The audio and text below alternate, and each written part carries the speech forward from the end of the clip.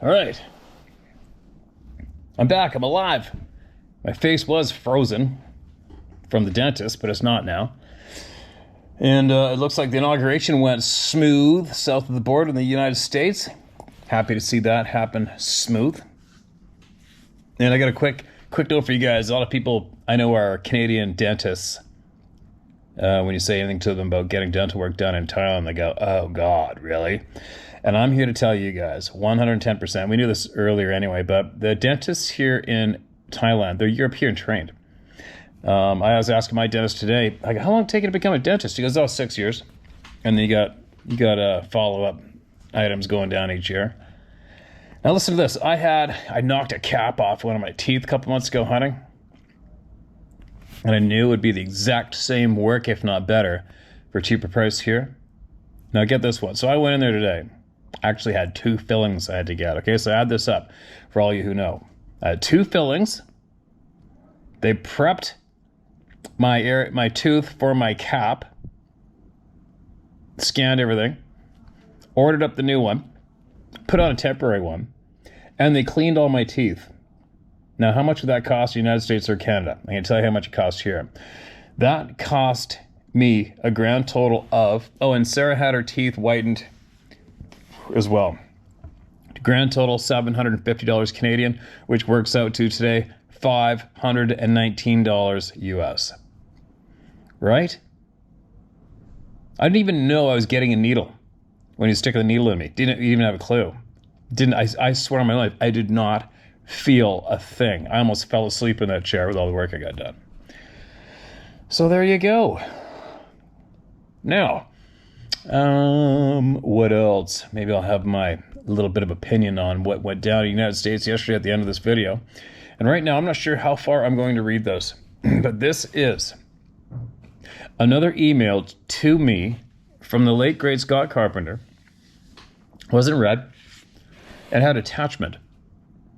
And the attachment was our dear close friend, Mr.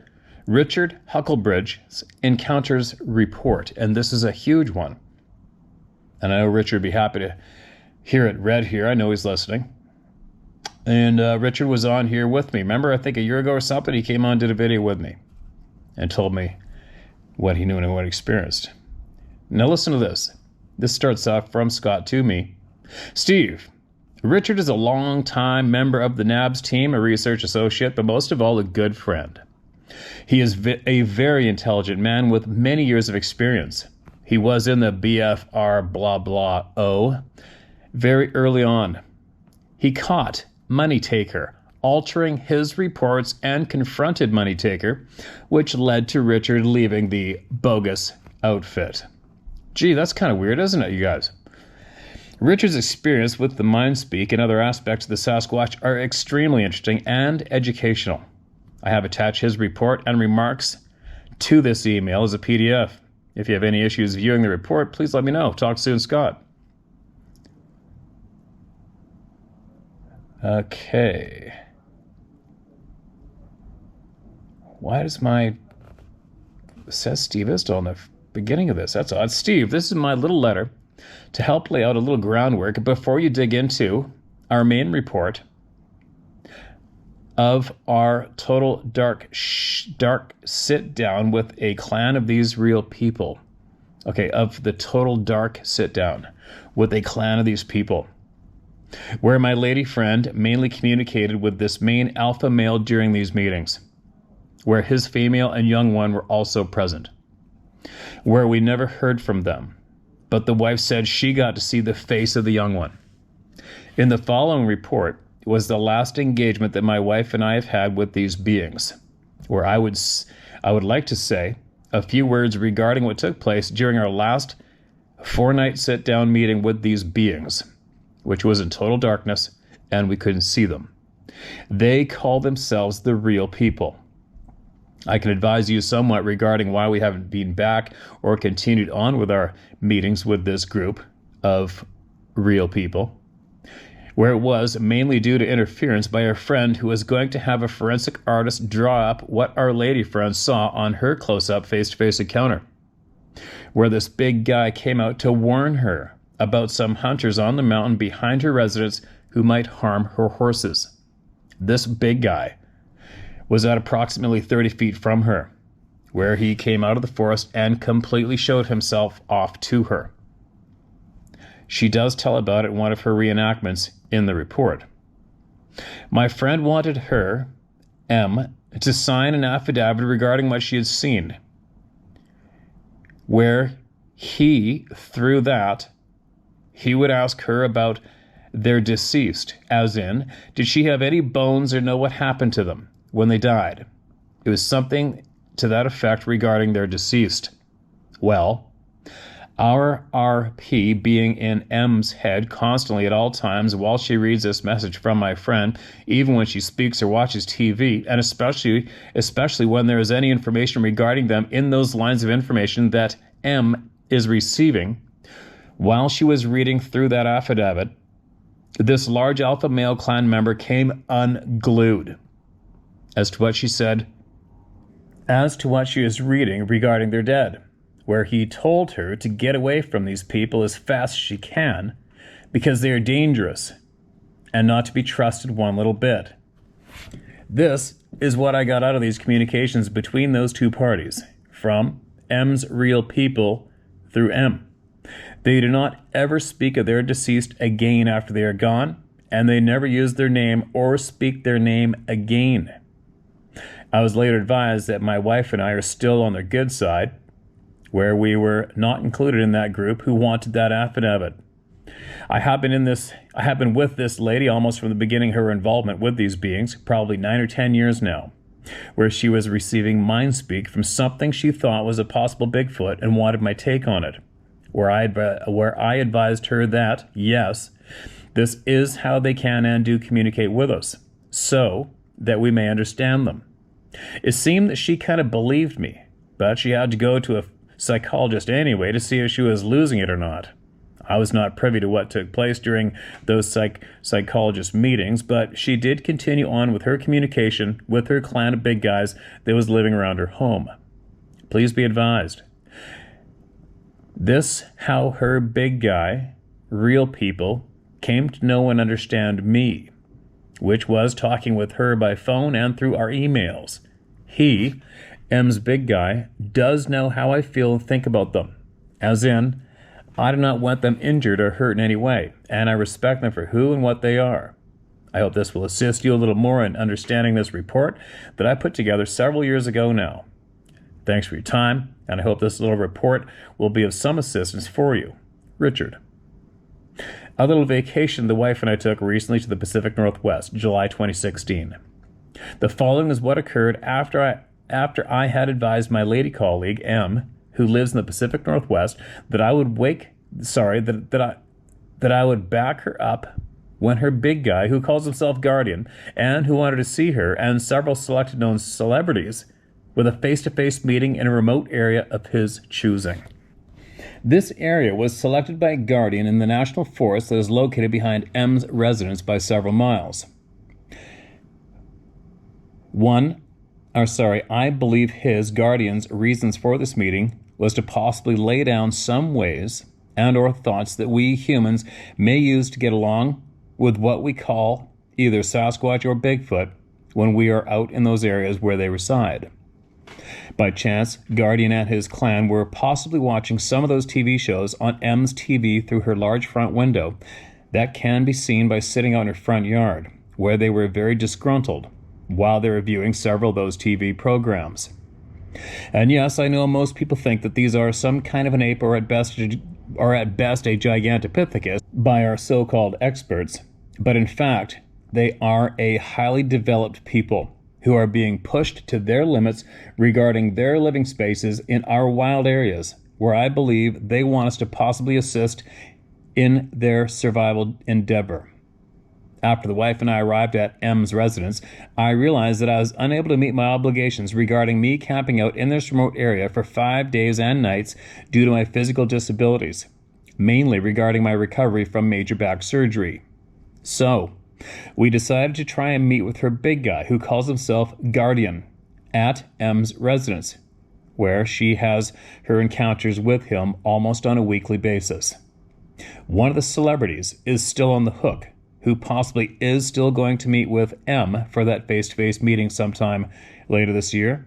So, M and the wife and I decided to use her little horse corral that is located next to this national forest by inches and has an open overhang that faces that forest, where a straw and horse feed are stored, plus a straw bed for Guardian when he visits. And yes, to me that bed looked like it had been used. First night. The first night, which was on July 11th, where the wife and I met up with them at her residence and talked things over, where we all decided to use her little horse corral that faces the national forest for our meetings with Guardian. M requests that we keep her name and location out of any written report, so we will comply with her request in that regard. M has the capabilities to communicate with Guardian through what some call telepathic methods, where I call it mind speak, as he, Guardian, is in her head just about every time her and I talk, mainly regarding her big guy and his clan. He also breaks into her mind on occasions when he needs to talk to her about his special subjects that he needs to get across to M. The first night takes place behind a table that has 3 camping-type chairs sitting behind it just outside of that little horse corral because it wasn't raining. These forest people call themselves the Real People, RP, where I will refer to them as a group, where we were advised to arrive at M's corral at dark, and within a half an hour or so, when they began descending the steep mountain behind M's residence, by whooping and hooting like owls, plus even whistling like we do, letting us all know of their arrival. M has 2 horses that are separated in this small 2-stall corral who are very much aware of these real people, especially on their arrival to that corral, where they began to stir and whinny on their arrival. Yes, as in, they are happy to have them as visitors. While these visitations were taking place over a 4-night meeting, I did derive confidence from M's 2 horse, who seemed happy and confident of these real people as visitors.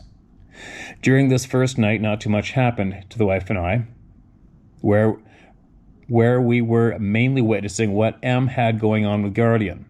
M had some extreme things happen to her, where she was asked to move away from our little gathering behind that table, where they, or him, wanted her to move up and into the forest on a narrow horse trail that is used by M when she is out riding her horses.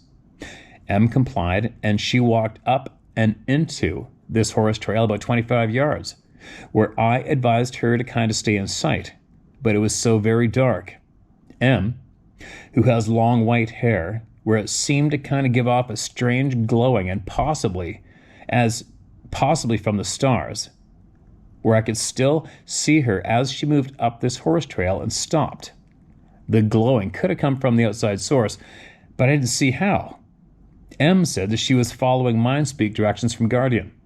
She was advised to turn her back to them and not to look back, where this was in total darkness, where I could still see her white hair that had this very weird glow to it. She was asked to back up to them, up into this even darker forested area where I advised her that she was leaving my eyesight. While she was complying with their instructions, she felt that she wanted to cry. While she was backing up, for reasons we still have no idea why they wanted her to back up like that, while she was backing up, she observed that her hands were glowing. Again, we have no idea on what was taking place at that instant, but she, M, returned to where Mary and I were seated. They just seemed to leave, where it was about midnight when that occurred, and where the time went, I have no idea. Mary and I never seen anything or heard much, but I heard a loud thump, where later we learned it came from a chest thump. The following is M's rendition of that first night. It was decided for several reasons to spend our evenings right in my backyard, just inches literally from the edge of a deep ancient rainforest. It is really quiet. It is really quite an impressive sight, and we are visited regularly, so there was a degree of comfort offered to both humans and real people. The first night was very subtle, but potent.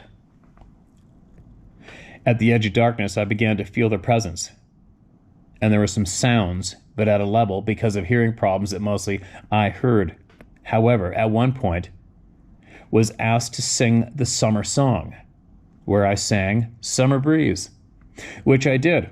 And at one point, I could hear soft singing along. Then I was asked to sing, put words on the wind, say something, which I thought was a message. Quote, say something. I'm giving up on you. I'll be the one if you want me to. End quote.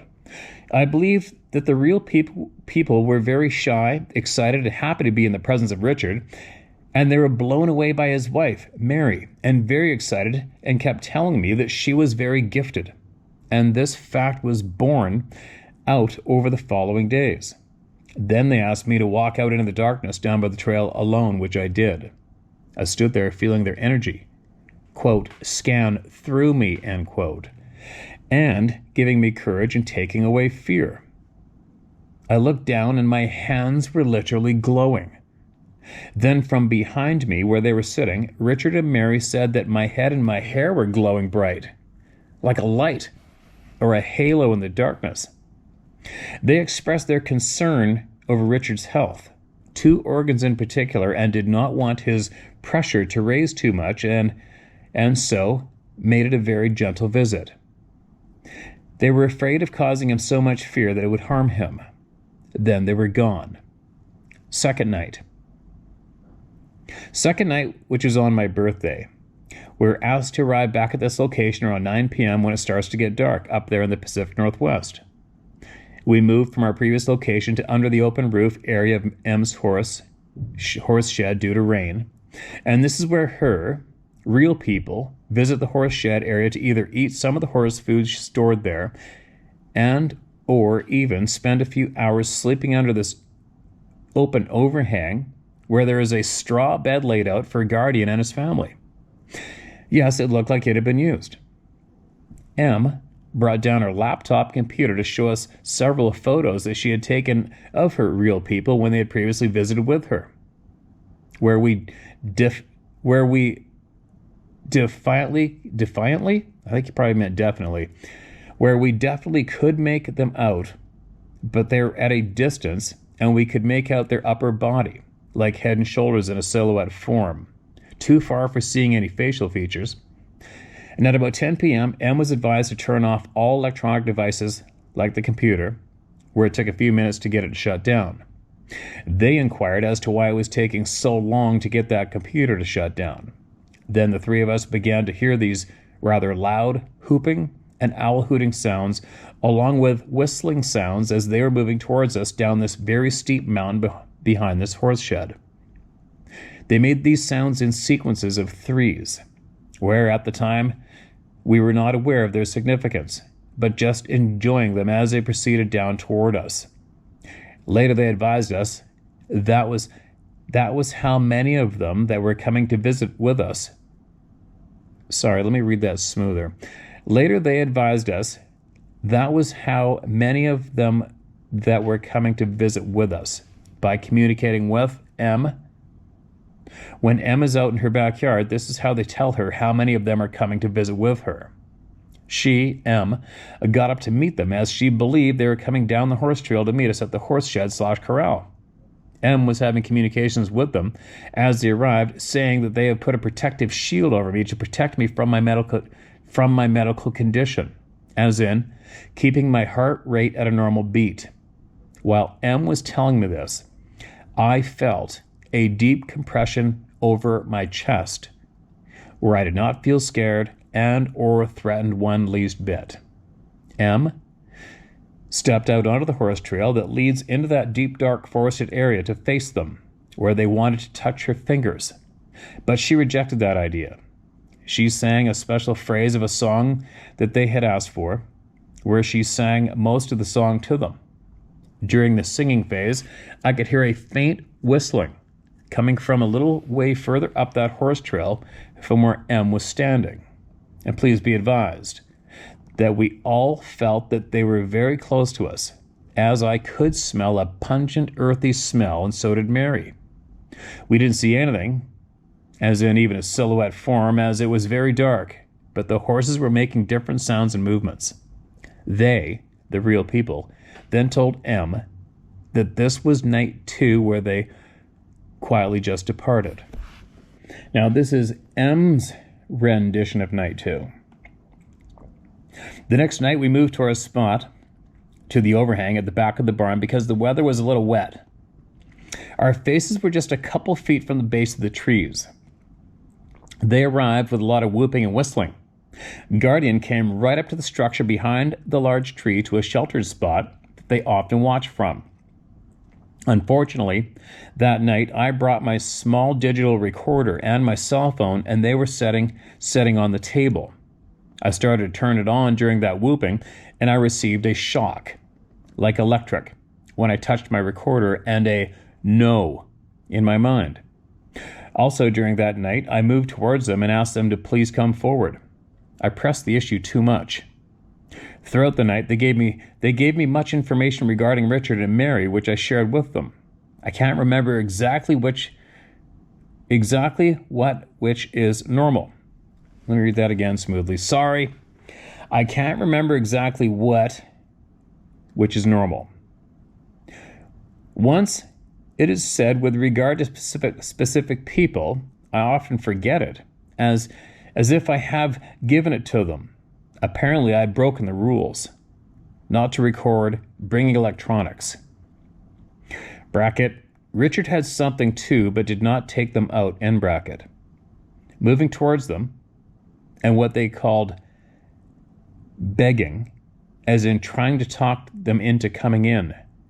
They are not talked into, but they have their own agenda, where they were very caring and gentle of action with regard to Richard and Mary.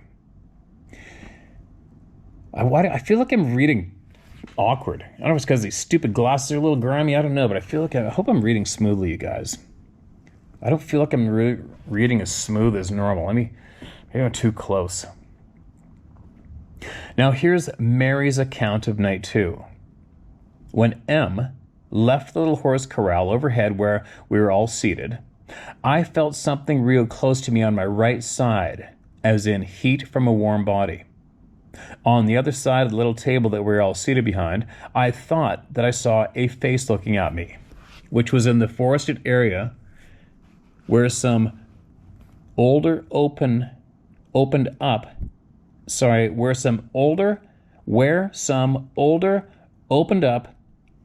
hay bundles were located.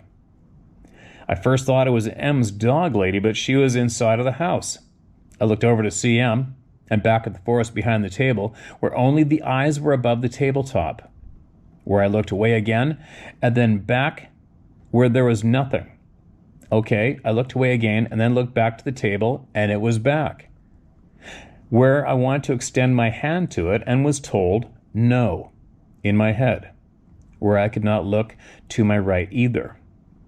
I was thinking it was a mother and baby, but I learned later that it was Guardian. Guardian later told me that he was close enough to touch me, and it was him and not his mate, and no small one was there either. Mary was wearing a pull-down military type of a hat at the time, whereas she thought the horse was pulling at her hair. But after many hours of rethinking about it, it couldn't have been the horse, but had to have been something else altogether. Mary later learned through M that it was Guardian who was standing next to Mary, and again it was him who was looking at her from across the table.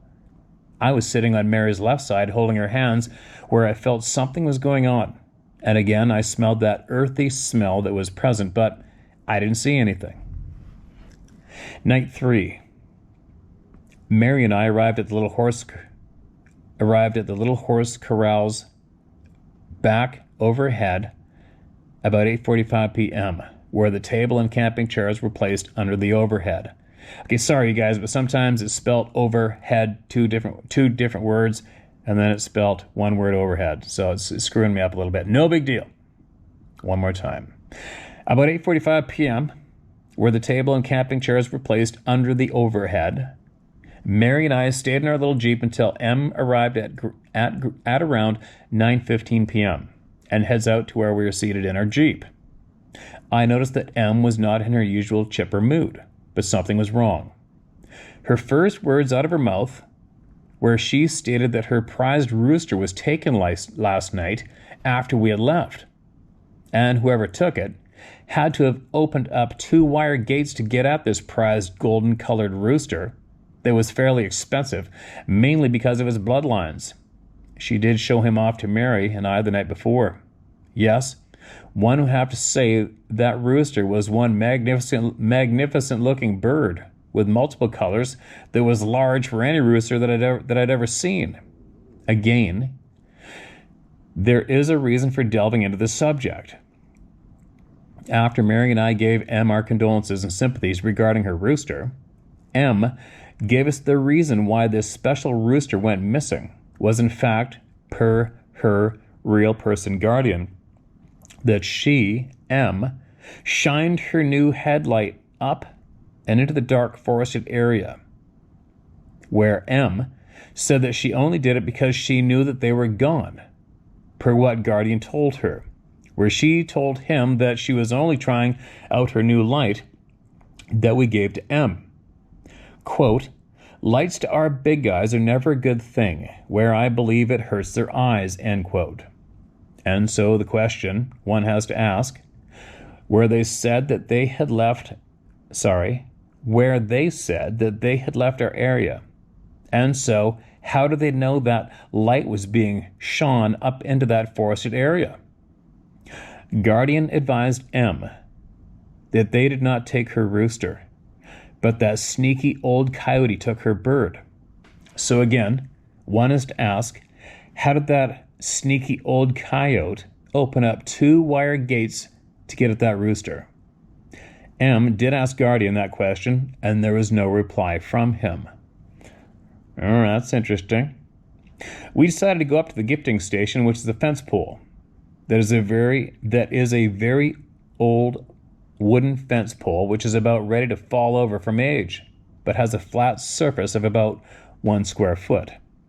This gifting station is located up the horse trail next to the horse corral about 100 feet, straight back in, and then about another 100 or so feet to the right, where that gifting station, GS, he refers to the gifting station as GS, pole was located. And yes, a lot takes place at this location. At this point, you feel like you're in the middle of deep, dark forest, and you are thankful for seeing that horse trail back to the horse corral. This is the location where Em leaves them 2 eggs, and I was leaving them bananas, where I peeled them back a little to show them how to peel and eat them. And yes, they really liked them. I observed fresh horse track in those muddy spots in that horse trail that was used by Em and a friend that morning on an extensive ride back into their wilderness areas. When we arrived at this gifting station that third evening, I noticed 3 feathers that were stuck between wooden slivers at the top of the gifting station pole. And after a little further study, they looked like golden rooster feathers, where at this point, Em kind of teared up, knowing that a rooster was more than likely 8. Also noted was the horse food gift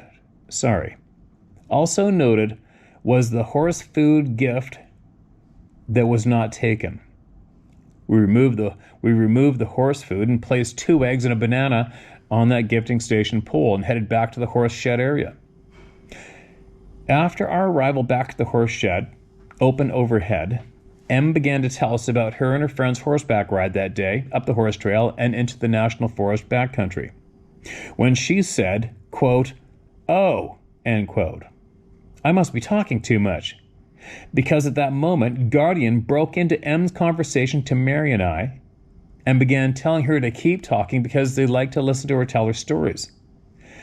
Em then began to tell us about how these real people have to hunt all of the time to survive, where they would break into her conversation with us and update Em on why they must have meat protein to survive their extreme and physical lifestyle, where they then brought up their lifespans of their people, as in their females who have a very difficult life and is much shorter lifespan than the males.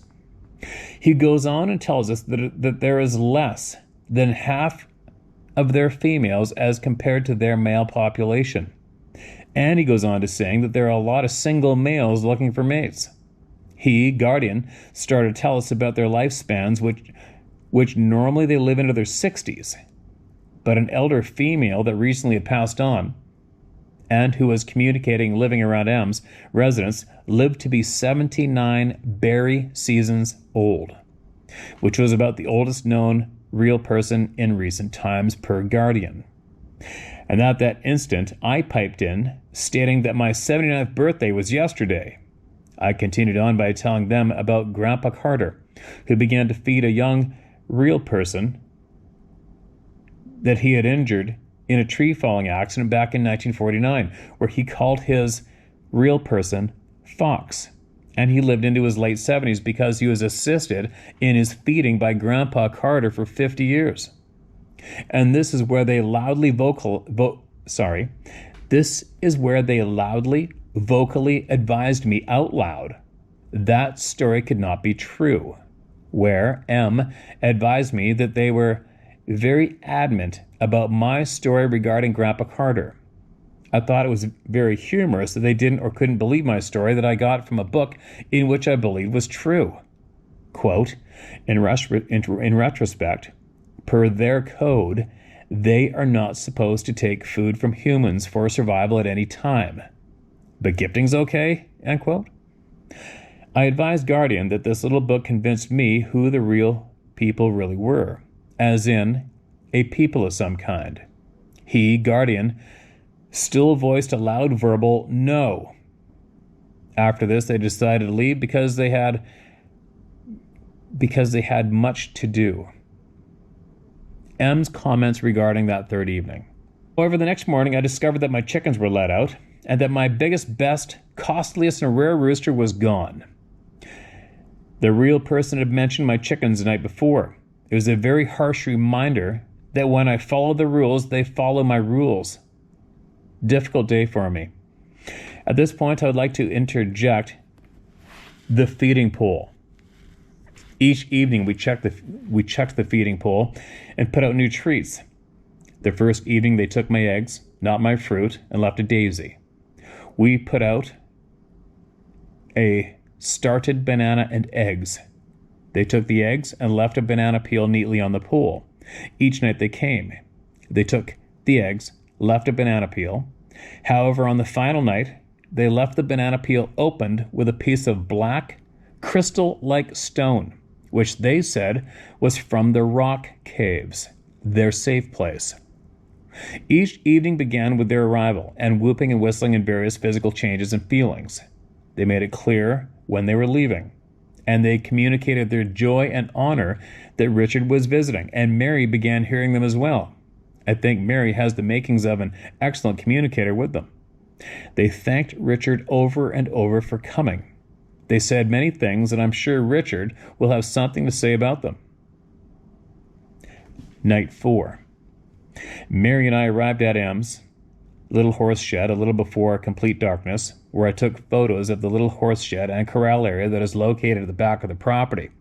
I also took photos of the horse trail that leads back to the gifting station and of the gifting station itself.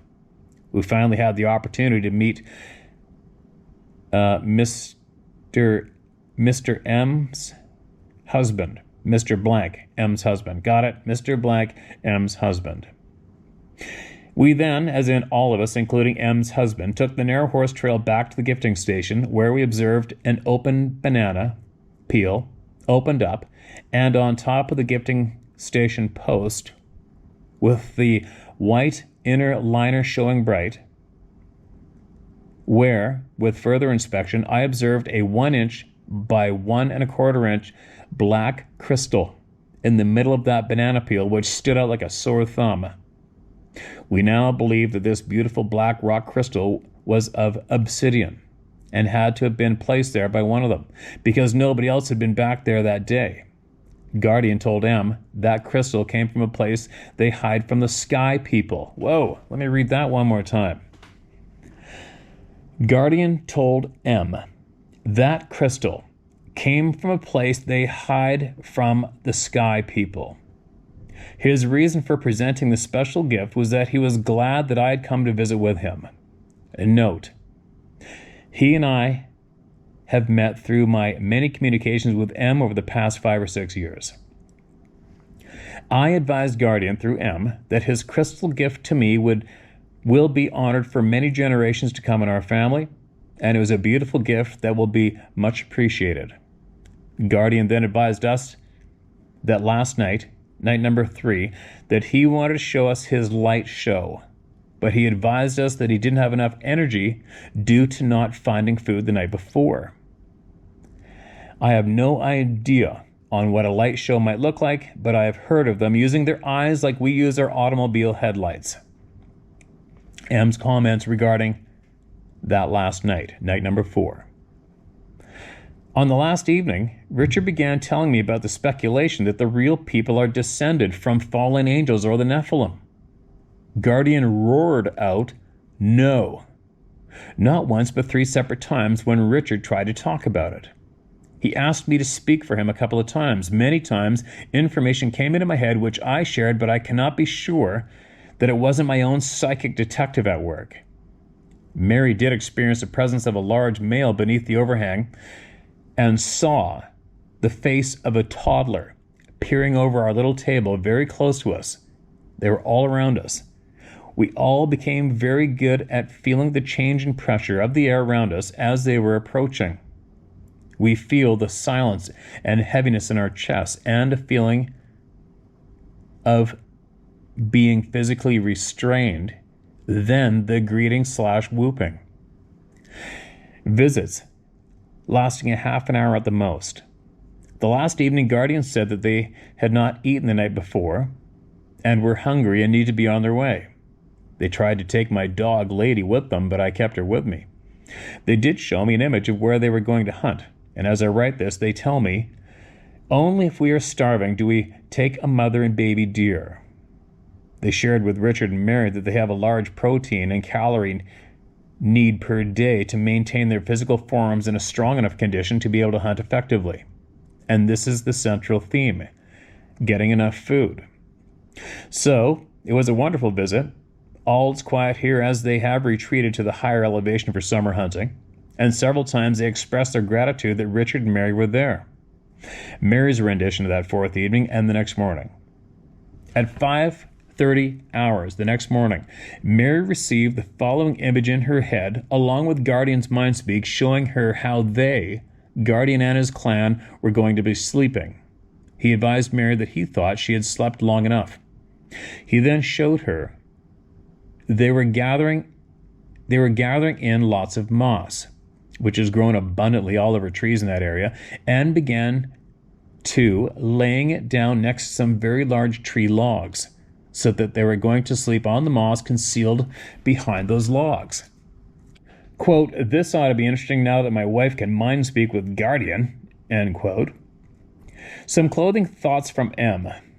Tweakers are people who possibly live in this area where they use drugs and live out in those wild places. Hi all. I told Richard and Mary a story about how when my first son went to work, the people he met here told him that there were tweakers that would come down from behind the house in the forest to go through people's shops and garages, etc., to harvest a tool here, a tool there, to steal and sell. Their logic being that they would never take enough for people to notice. My first experience here in this house was going out into their dark shop and immediately knowing that I wasn't alone. Instantly, something huge, whose chest or abdomen brushed my face as he rushed by me in the darkness and out the door. I screamed and he screamed, and I felt a shock wave go through me, and I could not stop myself from trembling and screaming for several minutes. Even though it was darkness, I have not one single doubt about who this infamous tweaker thief was. I also have no doubt that nothing is being actually taken so much as being moved. My grandfather had a similar experience in his shop late one night, which resulted in his never going out to the shop after 10 p.m. If a light was accidentally left on, so it stayed. We lived in the foothills on the southwest side of Mount St. Helens in those days, and now we live on the northeast side. So the point of this story is that last night my son woke me up about 3 a.m. saying he heard some unusual animal sounds that were disturbing the dogs. I didn't go check it out, but today I asked him about the sounds, and he said that one sounded exactly the way owls sound. So I played the sound of a barred owl, which has the most typical cartoon owl sound, and he said that was it.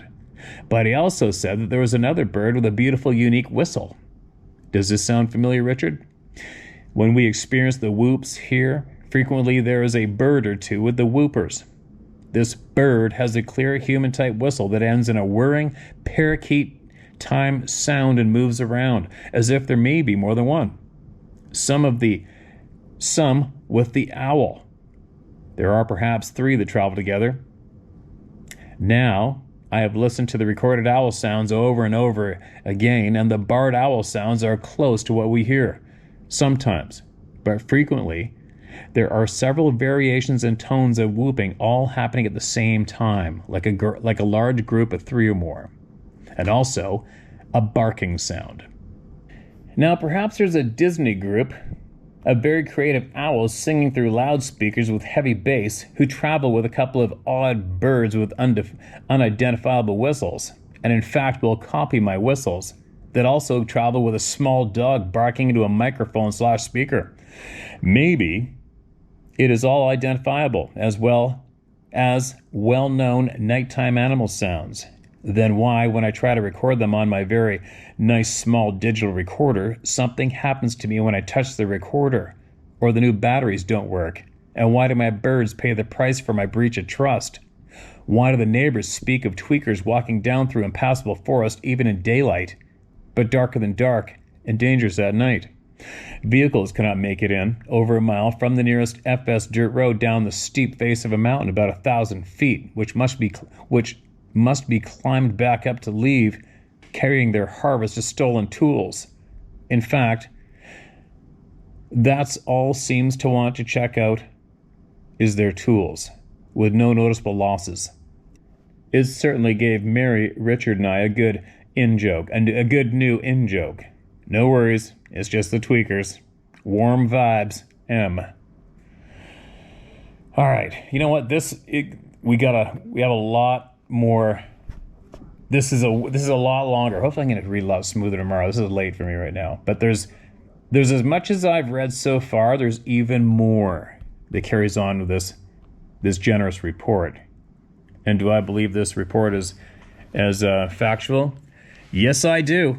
I've spoken with Richard numerous times. He's a very, very trusted, very straight up, very knowledgeable gentleman. And I'd like to talk to him here again, I hope one day. Sooner than later. And there you go. I think I'm going to shut it down, you guys. I'm getting kind of tired. My freezing's wore off. I don't feel like I'm reading this as smooth as it deserves either. So hopefully I'll do better on the next half. I'm sure I'll hear about it in the comment section below, or somebody's going to email me if I screwed this up too bad.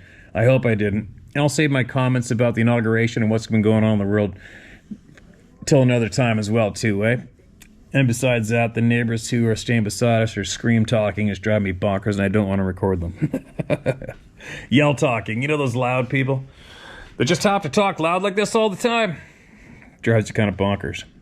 Anyways, I hope all are doing well, and I will be back tomorrow with the rest of this very informative, eye-popping, incredible email.